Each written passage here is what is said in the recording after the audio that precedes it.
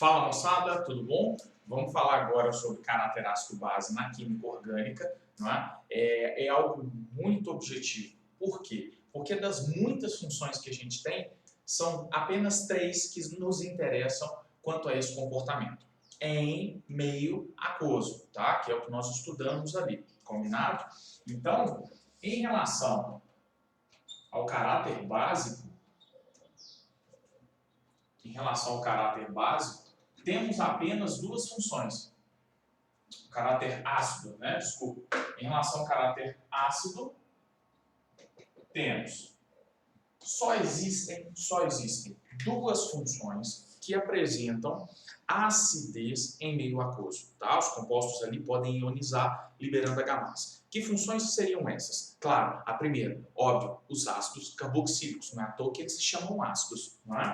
Então, os ácidos carboxílicos, não é? Em meio aquoso, eles vão se transformar nessa base conjugada, que é o FCO-, e eles vão aqui liberar o cátion H+, tá bom? Então, os ácidos, eles liberam H+, ok. E como qualquer ácido fraco, eles estabelecem um equilíbrio em meio aquoso, tá bom? E eu posso, como em qualquer outro equilíbrio, montar a constante de equilíbrio, que para esse equilíbrio seria dada aqui, ó, constante de acidez, seria a concentração dos produtos multiplicado pela concentração, né, dividido, né, pela concentração dos reagentes. Então, essa é a constante de acidez para um ácido carboxílico. E qual informação é importante da gente extrair, tirar dessa expressãozinha? Simples, aqui ó. O Ka, ele está diretamente associado à minha capacidade em ionizar e produzir o H+. Então, para qualquer ácido, e aí nós não estamos falando só de ácidos orgânicos, tá? Quanto maior aqui o meu Ka, maior é a minha acidez, né? Por quê? Porque maior vai ser a minha capacidade em ionizar produzindo esse H+, tá? Então, os ácidos carboxílicos, não é? Eles têm um Ka aqui, ó, de aproximadamente 10 a menos 5, da ordem de 10 a menos 5. 10 a menos 5, 10 a menos 4, pode ser 10 a menos 1, isso vai depender de algumas variáveis. Mas, não é? Esses ácidos carboxílicos ali, eles vão girar nessa ordem, tá? E a gente tem uma outra função que também é capaz de produzir H+, que é essa aqui, ó. AROH. Cris, o que é esse AR? Aromático. Então você tem um anelzinho aromático aqui, ó, e o OH a ele ligado. Que função é essa? Fenol. Os fenóis são ácidos orgânicos também. O que isso quer dizer? Eles também conseguem ionizar em meio aquoso e, portanto, liberam H+, produzindo ARO- e o H+. O H+ da hidroxila ali, ele é ionizado. Tá? Legal. E da mesma forma, como qualquer outro ácido, o Ka seria concentração dos produtos dividido pela concentração do fenolzinho, né, que é o meu reagente. Ok. No caso dos fenóis, esse Ka, ele gira em torno, né, de 10 a menos 10. Uai, o que isso quer dizer? Que quando eu comparo a acidez entre os ácidos carboxílicos e os fenóis, de cara, quem é mais ácido? O ácido ou o fenol? É mais ácido. Óbvio que é o ácido, né? Então, aqui, quando eu comparo, né, a força, que é a capacidade de liberar o H+, a força dos ácidos carboxílicos é maior, né, que a dos fenóis. Ok? Então, os ácidos são ali pra gente, né, os compostos mais ácidos, até redundante, né, dentro da química orgânica. Mas são as únicas duas funções que vão apresentar esse comportamento. Ah, Cris, e os álcoois? Eu já vi falando de acidez de álcool. Ô, gente, o álcool é menos ácido que a água. Então, a acidez dele em água não existe, tá? Então, esquece, ok? Agora, por que o ácido carboxílico é mais ácido que o fenol? Não é? A justificativa disso, gente, está por trás da estabilidade dessa base conjugada. não é? Essa base ela é mais estável do que essa. Não é? Dentro da teoria de Bronsted, né, que a gente estuda muito em equilíbrio iônico, quanto mais forte for o ácido, mais fraca é a base conjugada que ele produz. E, portanto, menor é a capacidade dela em captar o H+, de novo. Tá? E quando eu comparo os dois, isso está associado às estruturas ressonantes. Aqui a ressonância ocorre entre oxigênios, que comportam melhor a carga, enquanto aqui a ressonância, né, existente nessa base, ela acontece principalmente entre carbonos, que comportam de forma menos eficiente, né, essa carga negativa. Mas essa é uma justificativa que não vai nos preocupar, tá bom? O que eu tenho que saber está aqui. Combinado? Então, comparando essas funções, as duas funções são ácidas, sendo os ácidos maiores, mais ácidos, né? Agora, nos exercícios, uma comparação absolutamente comum é a comparação envolvendo ácidos carboxílicos, ou seja, um ácido etanóico com um ácido propanóico, não é? Ácidos entre si. Quando eu levo em consideração essas comparações, quais são os fatores que vão tornar os ácidos mais ácidos ou menos ácidos? É isso que a gente, obrigatoriamente, né, vai desenvolver, ok? Então, aqui, ó, para os ácidos, né, carboxílicos, sendo analisados, temos, então aqui, ó,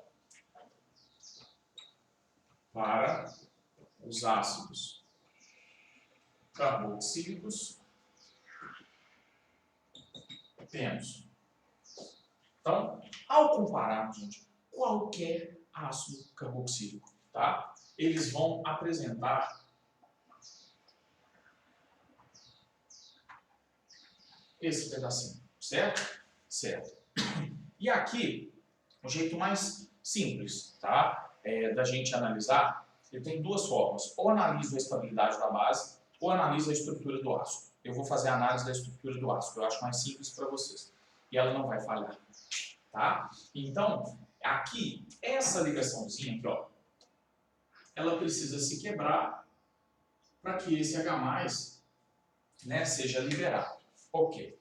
E quem vai interferir ali, fazendo com que essa ligação se quebre com mais facilidade ou mais dificuldade, é exatamente o pedaço que vai me diferenciar de você, que é o grupinho R.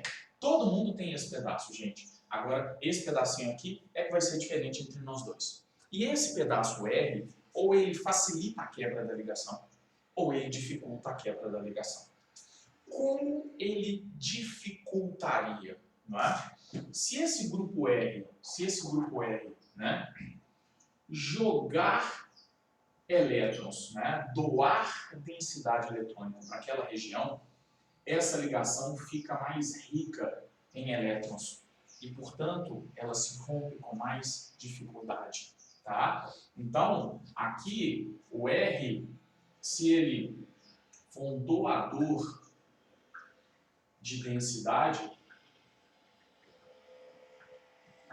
que a gente chama de efeito eletrorrepelente, ok? Se ele doar densidade para aquela região, ele faz com que a acidez diminua. Então, o doador de densidade, né, que é o efeito eletrorrepelente, diminui a acidez. Nós vamos falar disso em um único exemplo, tá? Que eu vou colocar aqui embaixo para vocês. Presta atenção, aqui, ó. Eu vou comparar esses dois ácidos, ó. Aliás, eu vou desenhar de outra forma, só nesse caso. CH3, COO, e eu vou colocar assim H, tá? Para ficar mais fácil. Eu vou comparar a constante de acidez, que é a acidez do composto, né? Entre esses dois, ó. E qual deles liberaria o H+ com mais facilidade? E aí vamos ver. Olha só. Quando eu tenho só cadeia carbônica, carbono e hidrogênio, o efeito vai ser eletrorrepelente. Por quê? Porque aqui, galera, ó, eu tenho dois oxigênios. E os oxigênios, eles vão puxar a nuvem eletrônica dessa cadeia lateral. Né? Então, esse pedacinho, ele doa uma certa densidade para cá. Sempre, se for uma cadeia carbônica, o efeito é eletrorrepelente. Tá? Aqui, a minha cadeia é maior. O que isso quer dizer? Que esses oxigênios, eles vão puxar mais densidade eletrônica, enriquecendo mais ainda aquela ligação OH que precisa se romper. E se ela fica mais rica em elétrons, a densidade entre os dois átomos é maior, a energia de ligação é maior, e aí fica mais difícil de se quebrar. Então, aqui, o Ca do 1, ele é maior do que o Ca do 2. A justificativa é essa, tá? E a regra é simples. Quanto maior a cadeia, menor a acidez. Simples assim, gente. Aplica a regra que vocês não vão errar, tá? Aumentou o tamanho da cadeia, a acidez do meu composto vai diminuir. Ponto final. Simples assim? É. Ok? Então, é isso que eu tenho que saber. A regra geral. O que está em laranja, tá? Claro que eu estou justificando, estou te ensinando, mas se você souber o laranja, 99,9% dos exercícios você vai resolver com isso. Ok? E não, né, a justificativa ali do efeito indutivo, tá? Então, essa é a primeira possibilidade. O R enriquecer essa ligação e dificultar a quebra. E qual é a segunda possibilidade? O Patite. O contrário, né? E aí, ao invés do R jogar elétrons lá, ele vai fazer outra coisa. Aqui, presta atenção. Todo mundo concorda que entre o O e o H, o O é mais eletronegativo. Então, o Ozinho aqui, ó, ele está puxando esses elétrons, certo? Ele é mais eletronegativo. Legal. Agora, imaginem que o R também puxa elétrons. O R também puxa elétrons, né? Então, ao invés de ser um doador de densidade, ele é um retirador de densidade. Ele puxa elétrons, que a gente chama de efeito eletroatraente. Ao invés de dar elétrons, ele atrai elétrons. E aí, vamos pensar no seguinte. O O está puxando esses elétrons. Se o R ajudar o oxigênio a puxar esses elétrons mais, essa ligação ela vai se quebrar com mais o quê? Facilidade. Pensa num cabo de guerra, gente. O O está puxando esses elétrons e aí você põe o R aqui atrás que ajuda o O a puxar. Aquilo vai arrebentar mais facilmente, tá? Então, aqui, né, o que a gente tem aqui, esse efeito retirador de densidade, ele aumenta a acidez. Simples assim, tá? São os dois efeitos. Se eu doar, eu diminuo a acidez. Se eu puxar, eu aumento a acidez. E aí, convenhamos. O que é que precisa ter no R para que ele atraia elétrons? Uai, simples. Elementos com alta o quê? Eletronegatividade, gente, né? São elementos que vão puxar elétrons, né? Então, aqui, ó, exemplo 2. Eu vou comparar dois ácidos. Deixa eu usar até a cor aqui, ó. Exemplo 2. Eu vou trabalhar com esse ácido, que é o Ka1, né? E vou colocar aqui o cloro, ok?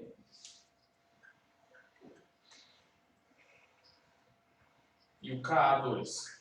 Qual deles seria mais ácido? A diferença é o cloro, né? E aí vamos por partes. O fato de eu ter só cadeia carbônica quer dizer que o efeito é eletrorrepelente, ok? Então, eletrorrepelente. Então, aqui, ó, efeito eletrorrepelente. Então, isso diminui minha acidez. O fato de eu ter aqui o cloro quer dizer que ó, o cloro vai puxar elétrons. Então, o efeito aqui é eletroatraente, né? O que isso quer dizer? Que a presença do cloro ajuda o O a puxar os elétrons para cá, quebrando essa ligação com mais facilidade. Ka1 maior que o Ka2. Então você acabou de perceber outra regra. Quanto maior o número de heteroátomos,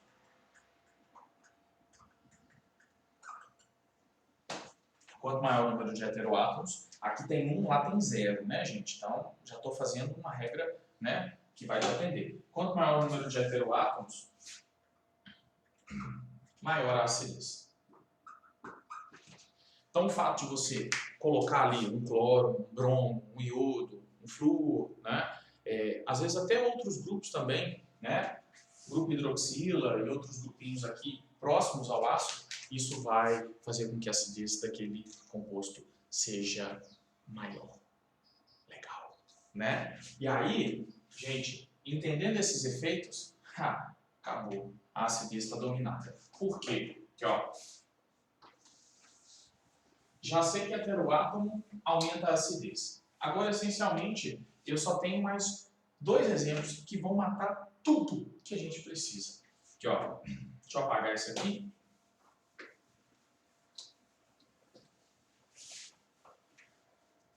Que é o exemplo 3 e o exemplo 4. E aí vocês já vão bater o olho, já vão perceber que a coisa se torna intuitiva, completamente intuitiva. Por quê? Olha aqui. Opa. Exemplo 3.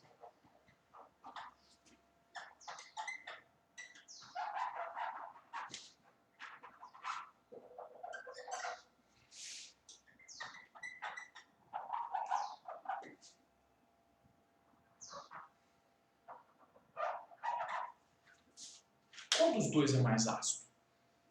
Os dois têm cloro. Tem. Na mesma quantidade? Sim. Qual a diferença? A posição. Aqui, o cloro está mais perto do ácido. Aqui, o cloro está mais afastado do grupinho ácido.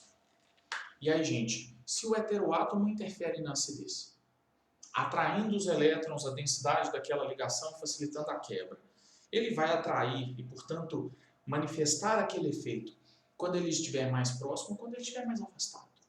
Claro, gente, se eu vou interferir em algo, eu vou interferir ali quanto mais próximo eu estiver, né? Então, o Ka do 1, ele é maior do que o Ka do 2. Simples assim. Então, você tem que olhar isso aqui, ó. Quanto é mais próximo do grupo COOH, maior o Ka, né? Maior a acidez. Legal. Então, vocês vão encontrar essas comparações em exercícios, tá? E, por último, no exemplo 4,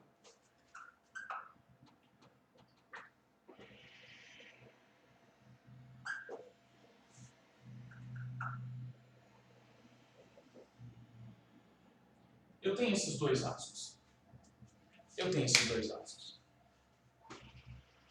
Os dois têm um heteroátomo na mesma posição. E qual a diferença? Aqui eu tenho flúor e aqui eu tenho cloro. E daí? Gente, quem que atrai mais elétrons, né? A eletronegatividade do flúor é a maior de todas, né? Isso quer dizer que o efeito que ele vai causar, que é o atraente, vai ser mais intenso. Então, quanto maior a eletronegatividade,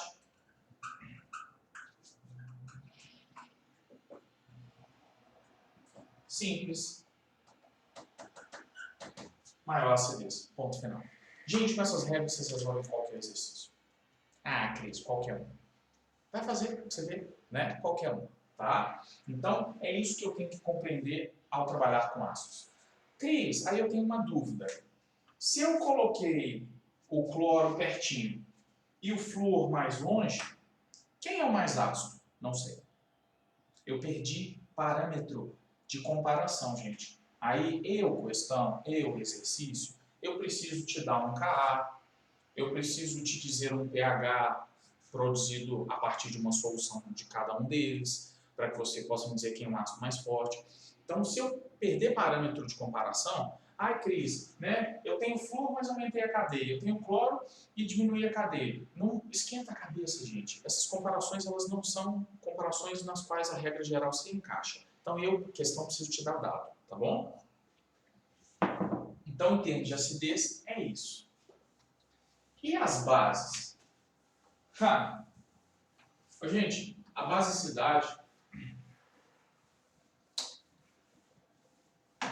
ela aparece pra gente em 30 segundos, tá? Então, aqui, né, o caráter básico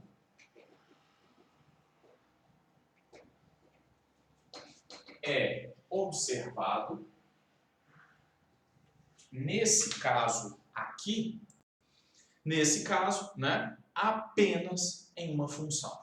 Então, o caráter básico é observado apenas nas aminas. Ô, gente, só as aminas são bases orgânicas em meio aquoso, tá? Então, pra gente é muito objetivo, né? As aminas aqui, ó, que apresentam nitrogênio, né? Em meio aquoso, elas têm a capacidade de receber um H+ da água e, portanto, produzem aqui o OH- na solução. Da mesma forma, como eu tinha para os ácidos, eu vou ter o Kb das bases, tá? Que é a constante de equilíbrio. Que no caso das aminas, seria o cátion, vou escrever assim, tá? Para ficar mais fácil, vezes o OH-, dividido aqui pela minha amina, né? Que seria o meu reagente. E que relação existe entre o Kb e a basicidade? O mesmo, gente. Se esse valor é mais alto, esse consequentemente é mais alto. Então aqui, ó, quanto maior o Kb, maior a basicidade do meu composto. Combinado? Ok. Só que existem 4 tipos de aminas pra gente. Entre as aminas, a ordem de basicidade será. E aqui, gente, vou ser muito sincero com vocês, do fundo do coração. Só guardem. Aqui, nós temos, né, os 4 tipos de aminas e eu preciso saber entre elas, caso eu faça uma comparação direta, qual delas é a mais básica. Ó, gente, claro, se eu tiver o Kb, eu não preciso de ordem nenhuma. O Kb já me diz que é mais básico, ponto final. Tá? Agora, se eu tiver 2 aminas, você precisa saber me dizer ali quem é a mais básica delas. E aí, a regra é bem objetiva, galera. Tá? Entre as aminas, essa é a mais básica. Depois vem esta, depois esta e por último, né, a amina com essa característica. Aqui a gente tem uma amina secundária, primária, terciária e uma amina aromática. A ordem de basicidade é exatamente essa. A secundária é a mais básica de todas, depois vem a primária, terciária e, por último, a aromática. Cris, mas por quê? Existem 3 fenômenos que precisam ser levados em consideração ao mesmo tempo. Tá? E é muito difícil dizer qual deles é o mais importante, porque os 3 interferem muito, que é o efeito indutivo, que é o efeito espacial e que é a solvatação desse cátion produzido na solução. Então, a análise disso é muito complexa e ela não vai ser exigida de nós, mas vai ser exigido que eu saiba essa ordem. Tá? O Kb da secundária é o maior de todos e o da aromática é o mais baixo. Ok? Então, quanto à acidez e basicidade na química orgânica, galerinha, o que vocês precisam saber foi dado. Agora é se dedicar aos exercícios e perceber que realmente as regrinhas que nós vimos vão se encaixar e vão resolver sua vida. Combinado? Até a próxima aula. Abraço.